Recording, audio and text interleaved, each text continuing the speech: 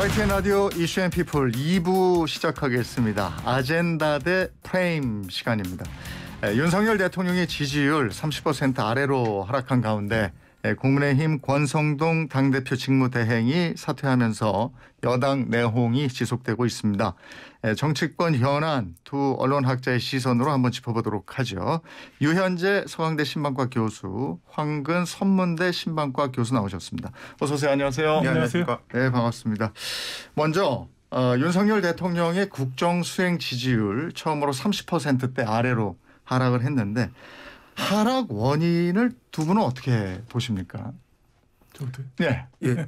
먼저. 예. 제가 이게 들고 있는데 네. 이게 아마 최신 버전인 것 같은데 제가 오늘 보니까 이제 거의 모든 여론조사 기관에서 나온 거 보면은 이제 20%대로 이제 추락했더라고요. 약간 네. 차이는 있겠습니다만은 제가 저번에도 이제 여기 나와가지고 아무튼 키워드를 좀 뽑아봤자. 봤어요. 네. 제가 이제 도사, 검사, 인사 이렇게 얘기를 했었거든요. 이제 예. 그 세 개가 참 난감하다라고 얘기를 했었는데 하나가 이제 뭘까 저도 한번 이렇게 붙여봤어요. 네. 일부러라도. 근데 만사더라고요. 만사.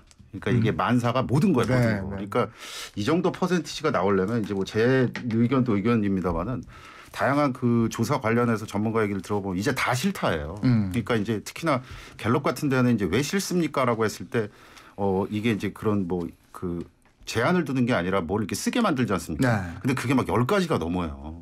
그 얘기는 뭐냐면 이제는 뭐 하나 콕 집어서 얘기하기 힘들 정도로 좀 위기 상황이다라는 것 같습니다. 그래서 어찌 보면은 이제 제일 두려운 게 사실 그런 거거든요. 네. 그러니까 혐오로 넘어가기 시작하면 이제 어찌 보면 그냥 다 싫다라는 느낌을 그거는 저희 같은 이제 소통과 관련돼서 공부하는 사람들 입장에서 정말 최악입니다. 최악. 네. 그래서 이게 이제 반전을 어떻게 할 것인가가 제일 문제인 것 같고 그리고 저도 가만 생각해 보니까 또 그런 것도 있는 것 같더라고요. 없는 게 너무 많아요. 이번 정권에서. 없는 게 너무 많다. 그러면은 예를 들어서 능력이 없다라는 것은 여러 군데서 나왔어요. 이제 외교도 그랬고 경제도 그렇고 지금 방역도 그렇고 전부 다 이 공백이 많은데 능력도 없고 그다음에 사람도 없어요. 사람도 아까 제가 인사 말씀드렸었는데 중요한 건 이제 능력 있는 사람도 없고 어찌 보면 약간 의리 있는 사람도 없는 것 같아요. 대통령 대신 이걸 좀 커버쳐줄 만한 그런 사람도 없는 것 같고 그리고 마지막으로 우선순위가 없다. 아까도 제가 말씀드렸습니다. 우리가 지금 제일 급한 게 뭡니까? 방역이랑 경제잖아요.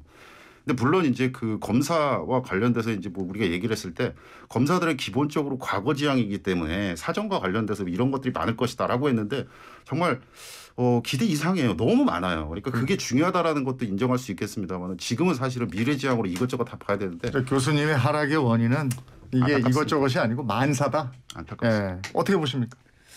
글쎄요. 몇 가지 생각할 수 있는데 네. 일단 크게 얘기하면 이게 어떤 외부적 요인이 아니고 내부 요인이 더 크다는 것이 일단은 이게 대응하기가 쉽지 않은 거고요. 좀 심각한 거죠. 구체적으로 얘기 들어보면 일단은 집권 정당 초기 가질 수 있는 안정감이라는 게 굉장히 불안해요. 그러니까 대개 집권하고 초기에 한 1년 동안은 여권이라고 하는 데가 굉장히 응집력이 강해지거든요. 네. 그게 사실 정책 드라이브를 가져오는 건데 이게 초반에 이제 이것이 균열이 왔다는 거고요. 그다음 또 하나는 제가 볼 땐 그렇습니다. 정책 방향성을 잃었어요. 그러니까 구체적으로 이 정부는 뭘 한다라고 하는 것이 국민들한테 하나도 지금 각인된 게 없어요. 그러니까 이렇게 문제고 그다음에 인사 문제는 얘기할 바 없이 많지만 도리어 인사를 잘못했다기보다는 인사 문제가 제기됐을 때 그걸 대처하는 방법에 미스테이크가 많았던 것 같아요. 그러니까 결국 국민들이 거기에 더 실망하는 거죠. 그러니까 예를 들면 지금 대처하는 방법을 보니까 이전 정부하고 그렇게 욕을 했던 이전 정부도 니들하고 별 차이가 없네 이렇게 되는 거죠. 네.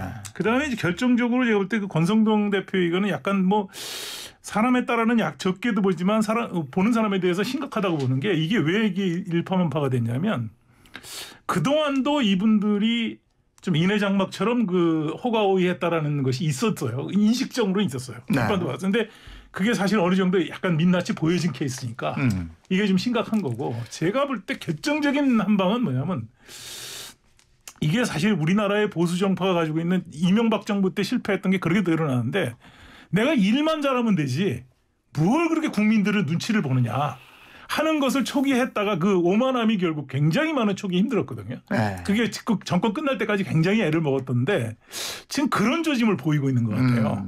그러니까 인사관에 이런 게 많이 나타나잖아요 지금. 그래서 이제 뭐 이런 것들이 문제라고 보죠. 만사의 문제, 예. 거기다가 내부의 문제, 이것이 외부로 불거져서 그렇습니다. 이런저런 문제가 있다.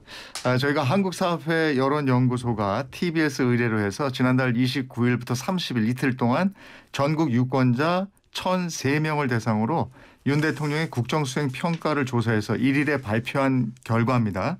긍정평가가 28.9%, 부정평가가 68.5%였고요. 자세한 내용은 중앙선거 여론조사심의위원회 홈페이지 등을 참고하시면 되겠습니다. 먼저 여론조사 내용을 가지고 지금 뭐가 문제인가 여기에 대한 얘기를 한번 두 분께 여쭤봤고요.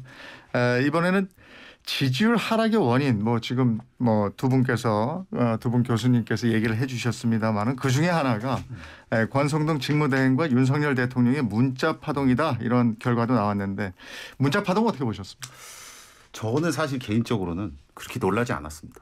왜 그러냐면 예전에 이제 그 윤석열 대통령이 이제 그때 후보자 시절이었죠. 네. 막 울산 가가지고 이준석 대표 이제 그 런 했을 때 가가지고 이제 막 술 드시고 이제 막 이렇게 사진 찍고 막 그랬잖아요. 네. 저는 지인들이랑 그 얘기를 했어요. 만약에 여기에 말풍선이 있다면 사진에 정말 험한 말 많이 있었을 거다. 그리고 그럴 수 있다라고 생각했어요. 근데 혹시나 했는데 이게 진짜 역시나로 완전히 밝혀진 것 같아요. 그래서 저는 그게 상당히 우리 국민들 그런 것 같습니다. 이게 대통령 친근하고 뭐 이런 거, 그러니까 옆집 아저씨 같고 이런 것도 좋아하지만 때로는 클래스를 원해요. 우리랑은 조금 달라서 쓰는 용어라든가 아니면 조금 배포가 있다라고 이런 사람이 우리 지도자였으면 하지 않습니까? 근데 그게 아닌 게 정말 백일화에 드러났고 저는 개인적으로는 그 문자를 좀 분석을 해봤어요. 근데 이게 그 아주 키워드가 첫 번째가 내부 총질, 그 다음에 이제 대통령님의 뜻을 따라, 그 다음에 마지막에 이제 강기훈인데 이거를 세 개로 좀 나눠서 봐야 되지 않느냐. 내부 총질이란 건 아까 제가 말씀드렸습니다만은 대통령이 계속해서 그 얘기했잖아요. 당무 개입 안 한다. 네. 그리고 이준석 대표 지지한다. 그리고 우크라이나에서 이제 그 이준석 대표 왔을 때도 악수하면서 이제 덕담하고 우리는 그런 줄 알았어요. 그런 줄 알았는데 한국 사람들이 약간 심리적 영향이 있는 게 앞뒤가 다르거나 뭐 이러면 되게 싫어합니다. 정말. 그런데 그게 딴 사람도 아니고 정말 옆집 아저씨도 아니고 대통령이다? 이거는 굉장히 심각한데 심각성을 모르고 있는 것 같아요. 그리고 뭐 이제 아까 제가 들어오기 전에 보니까 그 휴양지를 안 가겠다라고 말씀하셨다고 하는데 마지막 도어 스태핑에도 보면은 기자들한테 뭐라 그러시냐면 난 다음 주에 휴가 갈 건데 여러분들 안 가시면 이렇게 말씀하시는 거예요. 그러니까 이게 얼마나 심각한 일인데 이게 이 부분에 대해서 어쨌든 휴가지 안 가고 뭐 이런 것들은 어쨌든 이렇게 정리가 됐다라고 생각을 하고 그다음에 또 하나는 대통령님의 뜻 이거 제가 좀 한마디 하고 싶다. 왜 그러냐면 권성동 의원이 예전부터 얼마 전에도 그랬습니다만 기자들한테 얼마나 하대했습니까 솔직히. 그렇잖아요. 그러니까 굉장히 거칠게 나오시고 뭐 이렇게 했는데 알고 보니까 강자한테는 약하고 약자한테는 강하더라. 그러니까 언론을 그렇게 보는 것도 좀 그랬지만 그러니까 그 부분들이 좀 하고 마지막으로는 강기훈 씨 이것과 관련돼서 국민들이 알게 된 게 있습니다. 네. 대통령실에 300명이 있다고 그러는데 누군지는 몰라요. 왜 그러냐면 밝혀달라고 했는데 안 밝혔잖아요. 그런데 이제는 알겠어요. 뭘 알겠냐면 어떤 사람들이고 어떻게 들어갔는지에 대해서는 이제 국민들이 알게 됐습니다. 네. 이건 굉장히 큰 것 같아요. 그러니까 그 부분이 결정적으로 오늘 또 이렇게 10%까지 이렇게 막 떨어지는 결정적인 영향력 변수가 됐다고 생각합니다. 이걸 또 그런 얘기도 하잖아요. 이게 우연히 발견돼서 보도가 된 것이냐 아니면은 노출한 것이냐 여기에 대한 건 어떻게 생각하세요? 뭐 사람들에 따라서는 이런 얘기를 하더라고요. 그 언론 보도를 몇 가지 보니까 권성동 씨가 이렇게 그 어떤 그 치밀하고 계획적인 사람이 못 된다. 그러기 때문에 실수일 거라 그러는데 그랬기 때문에 했다고 봅니다. 그렇지 않겠어요? 정말 계획적이고 한 사람은 절대로 이런 거 까지 않죠. 이게요 대통령이 그 정치적으로나 이 사적으로 얘기하는 거는 다른 나라의 수많은 대통령들의 회고록을 보면 무지하게 많이 나옵니다. 뭐 욕설을 뭐 대놓고 산 사람도 많아요. 닉슨. 그런데 절대로 그 측근 참모들은 그걸 겉으로 얘기 안 하죠. 한참 뒤에나 얘기를 합니다. 그것도 우연히 드러나거나 뭐 회고록 같은 데서 얘기해 주는 건데 그러면 이분이 그냥 부주의였다. 절대로 부주의가 아니죠. 왜냐하면 부주의였다라는 것은 이분이 내가 볼 때 그만큼 치밀하지 못했기 때문에 이거를 자기를 일종의 보여주면서 자기가 지금 입주가 약하고 있다는 걸 좀 강화시키려고 했던 것 같아요. 아니 제가 보기에 그게 도리어 이분이 이거를 의도적으로 했다는 생각이 들어요. 이 부분은 지금 교수님의 생각이십니다. 왜냐하면 한번 생각해 보십시오. 대통령에게 받은 메시지가 첫째는 그것도 시간이 지난 메시지를 그게 뭐 내가 뭐 특별히 뭐 저게 무슨 교회 무슨 저 주님 모시는 것도 아니고 뭐 다시 볼 리도 없고요. 또 한 번은 혼자서 그걸 볼 리가 없고 또 하나는 그 자리는요 기자들이 바로 머리 위에서 찍고 있는 자리입니다. 네. 그걸 모를 리가 없죠 사람이요. 그러니까 저는 제 개인적으로는 이게 사소한 거예요. 이게 만약에 이것이 우연히 실수로 나왔다면 네. 이분이 가지고 있는 의식을 반영한 거예요. 네. 내가 이렇게 가깝다. 어. 이런 것들 뭐 부의식이 아닌가 저는 이해 봅니다. 왜냐하면 이제까지 이분이 원내대표 돼가지고 한 행동을 보세요. 지금 뭐 3스트라이크가 아니라 뭐 무죄 삼진 아웃을 여러 번 당했어야 돼요. 맞죠. 뭐 도대체 말이 안 되는 거죠. 이게 정파를 떠나서 말이 안 되는 일들을 많이 했잖아요. 이분이. 그러니까 이게 과연 우연일까요? 뭐 실수였다면 내가 볼 때는 부주의라는 것이 그분이 가지고 있는 능력이 그 정도다라고 생각해요. 그 두 분은 이제 언론학자시니까 예. 그러면 이런 거 전에도 이런 게 있었잖아요. 굉장히 그 뭐 네. 휴대폰 이렇게 캡처해가지고 촬영 기자들, 사진 기자들이 해서 보도가 됐는데 이런 보도 행태는 어떻게 보십니까?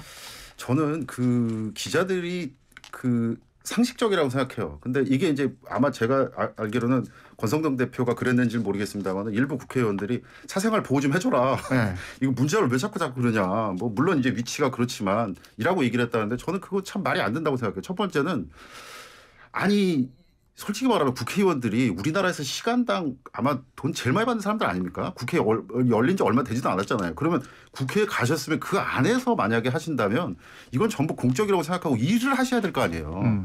아니면은 그 뭐 에어컨 빵빵하게 나오는 의원회관 가서 그렇게 하시든가. 그러면은 우리가 사적이라고 그러고 기자들이 알 방법도 없고 알 필요도 없잖아요. 그러니까 예를 들어서 그런 거예요. 국회에서 만약에 이렇게 하는데 기자가 질문을 했다고 생각을 해보세요. 아니 이거 이렇게 개인적인 업무 보시면 어떠십니까? 라고 하면 국회의원들이 뭐라고 그럴까요? 아니 이거 업무의 연장이야? 라고 또 얘기할 거 아니에요. 그러니까 그게 말이 안 된다고 생각하고 또 하나 기자들이 만약에 줌으로 땡길 필요도 없는 자리지만 만약에 그렇게 해가지고 메시지가 예를 들어서 권성동 대표와 관련돼서 뭐 자녀가 관련돼서 사모님이랑 이렇게 얘기를 하신다거나 아니면 대통령과 이렇게 뭐 문자를 왔다 갔다 하는데 뭐 토리의 근황이라든가 건강이라든가 그런 얘기를 했다 그러면 동아일보의 그 기자가 그걸 썼을까요?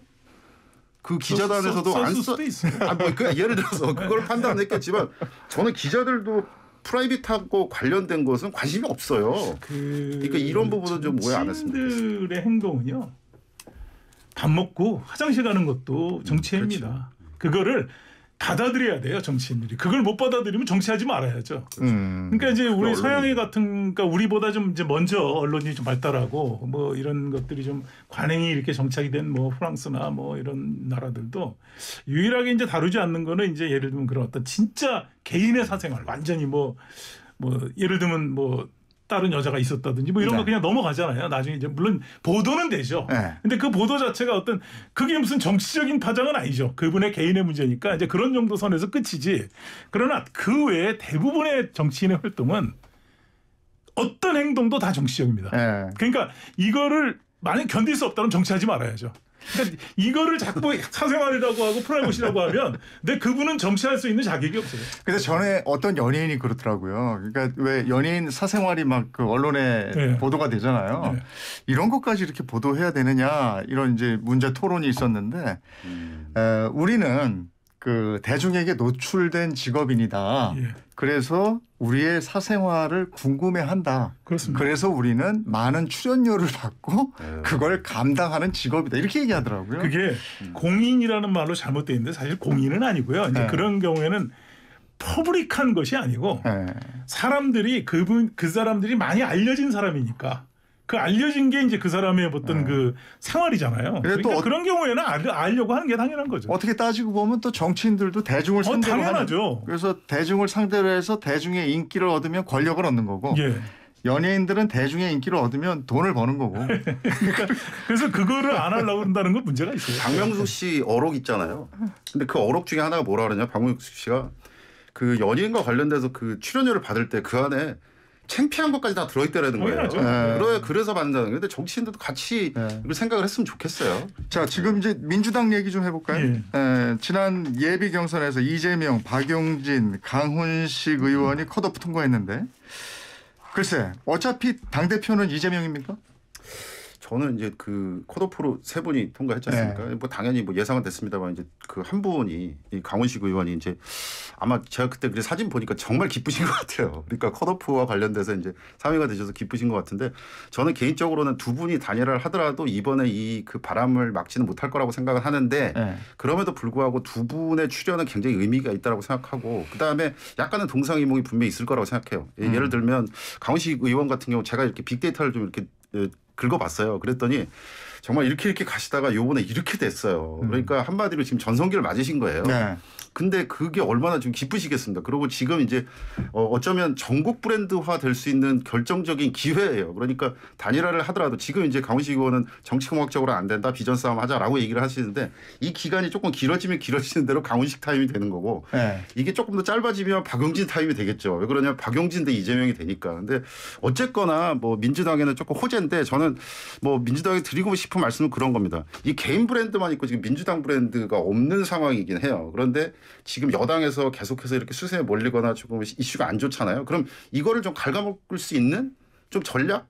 민주당 전체로서 네. 이게 어찌 보면 전당대회가 굉장히 큰 축제잖아요. 미국에서도 무슨 슈퍼 무슨 데이 막 이러면서 그래서 이런 것들을 좀 잘 활용할 수 있는 소통 연구자로서 한번 그런 말씀 좀 드려봅니다. 그럼 단일화는 어떻게 보세요? 제가 볼 때는요. 예. 단일화는요. 되죠. 한번 생각해 볼까요? 강훈식 의원도 마찬가지고 네. 박영진 의원도 그렇고. 그러니까 민주당 전체는 뭐 그렇다 치더라도 예.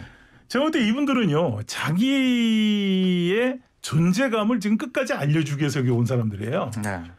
그리고 단일화를 해서 선거한다는 전제 조건이 있으면은 뭐 할 수도 있지만 명분이 있으니까. 근데 단일화를 해서 어차피 이길 수도 없는 상황이라면은 이분들은 끝까지 자기 이름을 끝까지 가져가고 싶어했죠. 네. 이거는 뭐 당연한 거 아니겠어요. 아까 강훈식 의원이 했지만 솔직히 말해서 지금 일반인들한테는 강훈식 의원이 진짜 듣보잡이거든요. 네. 잘 모르는 사람도 그래요. 왜냐하면 저희 학교가 있는 데가 거기 강훈식 의원 지역구예요. 네. 지명도 사실 뭐 지역에서도 뭐 내가 볼 때 뭐 젊은 사람이니까 뭐 운동권 출신이고 알겠는데 아산 딱 벗어나면은 이분 아는 사람 별로 없어요. 네. 그러니까 이게 이상 끝까지 가지 이분이 나를 그러니까 단일화 알리는. 등에서 포기하겠냐 안 할 네. 거라고 보고 제가 지금 이게 지금 재밌는 게 뭐냐면 이게 민주당이 사실 제가 이번에 이걸 보면서 민주당이라는 정권이 그러니까 그 소위 말하는 그 어떤 우리 한국 사회 그 야당이 이렇게 한두 사람 최근 20-30년 이래 이렇게 한두 사람에 의해서 탁탁탁 이게 모든 것이 끌어가는 이 시스템이 된 게 과연 이게 점점 더 심해지는 느낌이거든요. 네. 사실 지금 이게. 네. 그러니까 왜냐하면 DJ하고 YS 무너지고 나서 사실 그런 게 굉장히 약했었어요. 네. 그런데 지금 그게 점점 강해지고 있어요. 그러니까 이게 과연 그러면 지금은 이제 정권 초기이고 더군다나 뭐 국민의힘이 전혀 힘을 못 쓰니까 괜찮는데 과연 양자가 이제 점점 내후년 총선쯤 되면 이제 팽팽해질 텐데 그때 과연 한 사람의 이 네임밸류 가지고 정당을 끌어나가려고 하는 거는 이게 과연 좋을까? 이거는 좀 그냥 제 생각으로는 예. 조금 뭐 별로 바람직한 현상은 아니다 이렇게 봅니다. 자, 요 얘기는 짧게요. 지금 예. 시간이 얼마 안 예. 남아서 이재명 더불어민주당 의원이 30일에 자신의 저소득층 발언 논란 여기에 대해서 언론이 발언의 앞뒤를 자르고 왜곡해서 공격한다 이렇게 주장했는데 그 언론 얘기를 했는데 이 부분 어떻게 생각하십니까? 20초씩 드리겠습니다. 예, 저는 그 이재명 의원이 이 앞으로도 조금 그 새겨서 좀 생각을 하셔야 될 것 같은데 디테일에 좀 강해 주셨으면 좋겠어요. 그러니까 예. 이게 이렇게 앞뒤 자르고 막 이런 게 어찌 보면 당연한 거예요. 언론은 밸류를 따라가지 않습니까? 근데 저는 알겠습니다. 근데 이번 거는 예. 자른 것도 아니더라고요. 본문을 보니까 그러니까 이분이 뭐 굉장히 그 쾌도난마로 얘기하는 건 좋은데 네. 이분이 가지고 있는 가장 큰 문제가 뭐냐면 사회를 바라보는 시각이 자기 주장식이에요. 네. 그러니까 이런 식으로 보면 아니 사실 극단적으로 저만 해도 그럼 내가 보수적인데 그럼 나는 저항력인가? 그럼 내가 20년을 학교 다니면서 공부한 사람이 저항력자면 도대체 대한민국의 고학력자는 어딜까? 이런 생각이 들잖아요. 알겠습니다. 그러니까 이런 식의 반감을 사는 일을 안 하는 게 좋죠. 오늘 얘기 여기까지 듣겠습니다. 지금까지 유현재 서강대 교수, 황근 선문 교수와 함께했습니다. 아이고 이거 마쳐야 되겠네요. 이슈앤피플 오늘 순서 마치겠습니다. 지금까지 프로듀서 박준범, 작가 정혁진, 기술감독 황나경, 진행은 이재용이었습니다. 내일 뵙겠습니다.